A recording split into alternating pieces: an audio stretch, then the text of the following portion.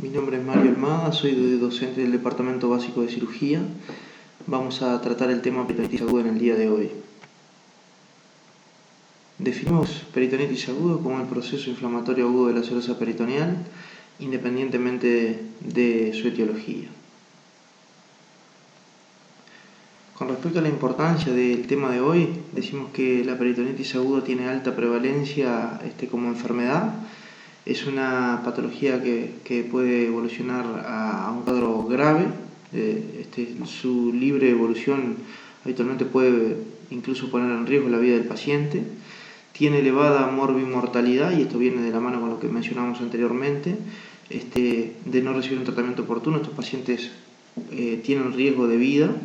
Y con respecto a la morbilidad, son pacientes que habitualmente tienen una alta demanda desde el punto de vista del sistema de salud, desde el punto de vista sanitario. Habitualmente son pacientes con internaciones prolongadas, incluso con la posibilidad de requerir tratamientos de cuidados intensivos. Y esto viene unido al último punto, el de altos costos sanitarios para el sistema de salud.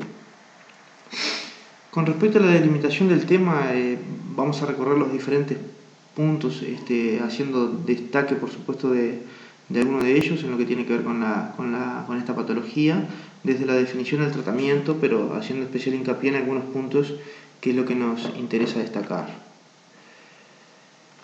Cada vez que vamos a hablar de un tema en particular, y en especial, en el caso de peritonitis aguda, debemos hacer una reseña anatómica y fisiológica. Decimos que el peritoneo es una membrana semipermeable, tiene un origen mesodérmico, está compuesta por dos capas, una capa celulofibrosa y un mesotelio, y presenta dos hojas, una capa parietal y una capa visceral. La capa parietal es la que habitualmente nos va a dar más orientación desde el punto de vista semiológico, en lo que tiene que ver con la reproducción sobre la pared anterolateral del abdomen, y una capa visceral que envuelve las vísceras y que también puede expresarse desde el punto de vista clínico, como vamos a ver.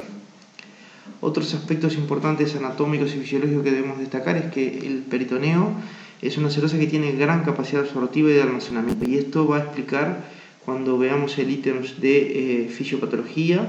Vamos a ver de que tiene una gran capacidad de absorción y de almacenamiento, como mencionábamos, pudiendo incluso albergar una cantidad de líquido importante, con la formación de un tercer espacio y con la repercusión que esto nos va a llevar. El peritoneo está inervado de la serosa visceral por el sistema nervioso autónomo, lo que produce una estimulación de dolor visceral o referido. Esto ya lo explicamos en algunos temas previos, lo que tiene que ver con el dolor referido, que a veces incluso nos va a poder orientar a determinadas patologías. Con respecto a la serosa parietal, esta tiene abundantes receptores del dolor y sus vías son las de la sensibilidad somática. Cuando vamos a hablar de peritonitis, debemos a su vez hacer una división quirúrgica del abdomen, y en este punto es fundamental lo que en la lámina aparece con el número 2, que es la implantación del mesocolon transverso a lo largo del abdomen. Prácticamente atraviesa de manera transversal el abdomen, desde la derecha hasta la parte media y alta del abdomen, y esto nos permite dividir un espacio superior, que decimos que es el piso supramesocólico del abdomen, y un piso inferior, que es el piso inframesocólico. En el compartimento supramesocólico, a su vez, vamos a encontrar otros recesos peritoneales, como son los espacios interhepatofrénicos, la logia esplénica, el espacio subhepático y la trascavidad de los epiplones. Estos recesos anatómicos son muy importantes, no solo desde el punto de vista diagnóstico, sino también terapéutico. Desde el punto de vista diagnóstico, ya vamos a ver más adelante que van a explicar alguna de las evoluciones que puedan tener las diferentes patologías en cuanto a una vez que se vierte contenido abdominal al abdomen y el recorrido de los mismos. Y en lo que tiene que ver con lo terapéutico, el conocer estos espacios, estos recesos peritoneales, es muy importante para cumplir con una de las directivas fundamentales que tiene el tratamiento de la peritonitis, como es realizar una correcta toilette peritoneal.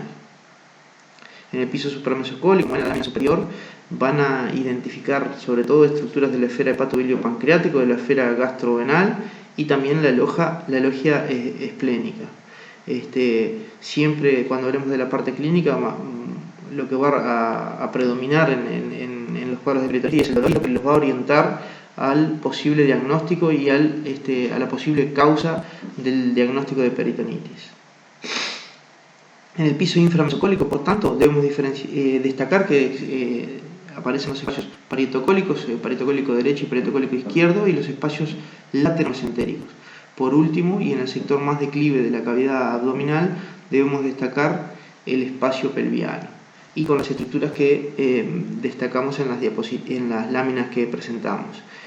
Sobre todo hacer hincapié en el espacio pelviano, donde ven que se localizan los órganos urogenitales, como es la vejiga en el sector anterior, y en el sector mediano, en el caso de pacientes de sexo femenino, el aparato genital con el útero prácticamente localizado en el sector central de la cavidad pelviana. Con respecto a la fisiología de los líquidos y la circulación de los líquidos dentro de la cavidad abdominal, que hemos dado una relevancia a la hora de mencionar la anatomía, decimos que es importante poder reconocer cómo transitan los líquidos dentro de la cavidad abdominal. Una vez que se vierte contenido líquido a la cavidad abdominal, estos tienen un trayecto que es bastante predecible. Por ejemplo, el ejemplo clásico es en el caso de la úlcera gastrodenal perforada.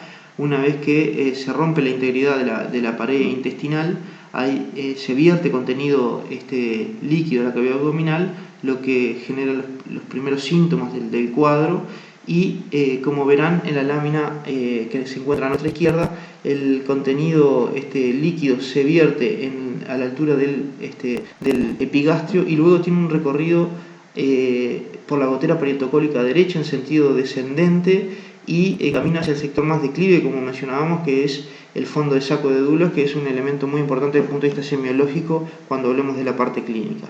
En este caso, entonces, decimos que el recorrido es desde el sector del mesogastrio o el epigastrio, pasando por la gotera parietocólica derecha y colectando en el sector más declive, que es el sector del fondo del saco de Douglas. Una vez que los líquidos se encuentran en este sector, sí se pueden difundir al resto del abdomen, incluso llegando hasta la gotera parietocólica derecha y hasta el sector alto y a izquierda de la cavidad abdominal. Esto es lo más frecuente de encontrar, y que incluso va a explicar algunas de las evoluciones clínicas que presentan estos cuadros de peritonitis aguda. Con respecto a la etiología, las peritonitis agudas pueden estar generadas por infecciones por bacterias, hongos y otros gérmenes. También pueden haber involucradas sustancias químicas irritantes, cuerpos extraños y agentes físicos. Vamos a hacer hincapié, por supuesto, en lo que tiene que ver con las infecciones bacterianas, que son las que frecuentemente son generadoras de las peritonitis que nos interesan más desde el punto de vista quirúrgico.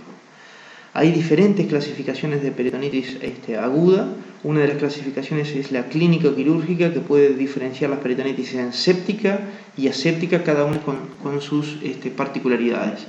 La peritonitis séptica, decimos que hay gérmenes involucrados desde el inicio del cuadro. Estos están generados por una flora polimicrobiana, y la flora, por supuesto, va a variar según la etiología y según la altura, sobre todo, del tubo digestivo y la composición de gérmenes que pueda estar integrando la flora habitual de este sector anatómico del tubo digestivo.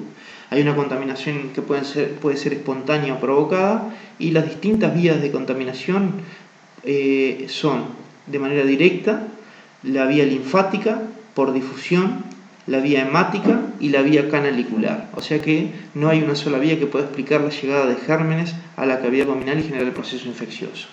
Dentro de las asépticas, decimos que es una inflamación peritoneal por contacto directo de la serosa con agentes irritantes, como pueden ser, por ejemplo, agentes irritantes químicos. En el caso de la úlcera gastrodenal perforada, lo que hay es un derrame de contenido gástrico, que habitualmente de inicio, en caso de que el paciente se encuentre en ayuno, decimos que es estéril, o sea que no deberían haber gérmenes, pero que una vez que se vierte el contenido en la cavidad abdominal y con el pasar de las horas, se va a hacer secundariamente séptica o bacteriana. Esa es la evolución natural. Lo mismo pasa en las pancreatitis, que hay una secreción de contenido líquido que al inicio es estéril, pero luego en la evolución tenemos chance de que se pueda hacer secundariamente séptica. Lo mismo cuando hay contaminación de bilis, sangre u orina. Son al inicio asépticas, pero tienden a ser secundariamente sépticas. Según el origen, las peritonitis las podemos dividir en físicas y químicas. Dentro de las físicas puede haber agentes como gasas, material quirúrgico o bridas que puedan agredir el peritoneo, y dentro de las químicas las sustancias que ya habíamos mencionado como la bilis, la orina, y en el caso del contenido de la úlcera gastrodenal perforada también entraría dentro de la clasificación de origen químico. Si tuviéramos en cuenta la clasificación bacteriana o abacteriana o no bacteriana, decimos que dentro de las bacterianas también las podemos dividir a su vez en primaria, secundaria y terciaria. Esto es muy importante, esto es capital, porque dentro de las primarias, básicamente a grandes rasgos decimos que se encuentran las peritonitis médicas. En estos casos es fundamental identificar esta clase de peritonitis porque va a cambiar rotundamente el tratamiento, a diferencia de las secundarias, que son las del punto de vista de interés quirúrgico. Dentro de las primarias entonces, y las que son médicas, decimos que no existe una fuente de contaminación intraabdominal evidente, son monomicrobianas, y esto es fundamental porque el hecho de poder lograr obtener una muestra y lograr un cultivo de algún germen nos va a permitir instalar un tratamiento dirigido. Tienen una contaminación habitualmente hematógena y habitualmente se encuentran patologías como antecedentes personales de los pacientes, como por ejemplo la presencia de hepatopatías crónicas o pacientes con insuficiencia renal crónica que lo predisponen a esta clase de peritonitis. Entonces las peritonitis primarias, decimos, son las peritonitis médicas. Los pacientes tienen antecedentes importantes desde el punto de vista médico, lo que le hace que puedan ser generadores de una peritonitis primaria, una peritonitis bacteriana espontánea, y lo fundamental que mencionamos del tratamiento, que es médico y es dirigido en base al germen que puede aparecer en los cultivos. Dentro de las secundarias, estas son las que nos interesan más a los cirujanos y son el resultado de complicaciones intraabdominales, tanto intrínsecas como extrínsecas. Acá aparece todo el panorama de las peritonitis, desde la peritonitis apendicular, pasando por las peritonitis por úlcera gastrodenal perforada, las peritonitis biliar, las peritonitis más sépticas, como son las peritonitis, por ejemplo, de origen diverticular, y otras peritonitis que vamos a detallar más adelante. Dentro de las peritonitis terciarias, estas son menos frecuentes y con una definición un poco más confusa, y son los pacientes que ustedes pueden encontrar en un cuidado de terapia intensiva. Estos pacientes ya han sido tratados, ya sea por una peritonitis primaria con el respectivo tratamiento médico, o en el caso que nos involucra a los cirujanos, son peritonitis que ya recibieron un tratamiento dirigido desde el punto de vista quirúrgico a erradicar el foco y hacer una correcta toilette peritoneal, pero a pesar de ser un punto quirúrgico y médico y dirigido, estos pacientes mantienen el mecanismo de la peritonitis y por lo tanto tienen una evolución independiente de los tratamientos que uno le realizó. Estos son pacientes entonces que, para definir una peritonitis terciaria, habitualmente son pacientes con internación prolongada, con cuadros graves, que se encuentran en las unidades de terapia intensiva. Otra clasificación, y sobre todo si hacemos hincapié en el aspecto clínico, es que podemos diferenciar a las peritonitis según su extensión, y para esto la podemos clasificar en localizada, en regional y difusa. Para definir una peritonitis localizada decimos que esta involucra un solo cuadrante del abdomen. Para definirla como regional decimos que involucra 2 cuadrantes del abdomen, y para definirla como difusa decimos que la peritonitis involucra 3 o más cuadrantes del abdomen. Con respecto a la patogenia de la peritonitis aguda, para explicar el comportamiento de la peritonitis decimos que hay un compromiso local y luego un compromiso general.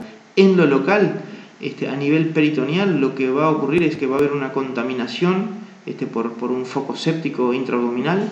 Luego hay una irritación de la serosa peritoneal. Esto genera una respuesta inflamatoria, lo que va a llevar a que se genere edema, exudación, cambios metabólicos e incluso necrosis, y esto va a aumentar la colonización bacteriana, a aumentar la virulencia de los gérmenes y la generación de fibrina y pus.